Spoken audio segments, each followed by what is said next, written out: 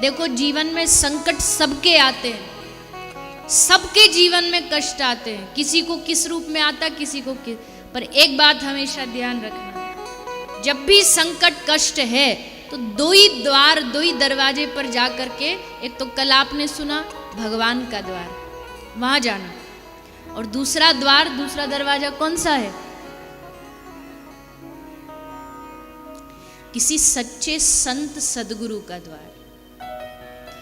सदगुरु के द्वार पर किसी संत के शरण में जाना, ये सोच के नहीं कि दुख दर्द दूर हो जाए, आप जाओ बस शरण में, संत अपने आप सारा काम कर देंगे, अपने आप तुम्हारी सारी विपत्तियों को भगवान से निवेदन करेंगे, प्रभु ये आपका भक्त है, थोड़ा इस पर जरा ध्यान दो। और भगवान की संतों की अर्जी इतनी मजबूत पावरफुल होती है कि भगवान भी उसे मना ही नहीं कर सकते। अगर एक संत की अर्जी लग गई तो, एक संत ने अर्जी लगा के कह दिया कि प्रभु इसका कल्याण करना है, बस फिर भगवान चाह करके भी, चाहे कितना पापी हो, उसका कहते हैं भगवान रजिस्टर ही नहीं देखते, अच्छा इस संत ने इसको अर्जी दी है, बस काम होगा। संत न होते जगत में तो जर मरतो संसार, संत न होते दुनिया में, संसार में, विश्व में, तो हम आज जिस गति में हैं, जिस स्थान पर हैं, उतना भी नहीं होते। तो संतों की बदौलत है, थोड़ा बहुत दिन रात कह कह के कि भैया हरि भजन करो, हरि भजन करो, तब थोड़ा बहुत हमारी जो बुद्धि है वो टिकी हुई है। अगर वो भी ना कहते तो मानव को पशु बनने में ज्यादा समय नहीं लगता,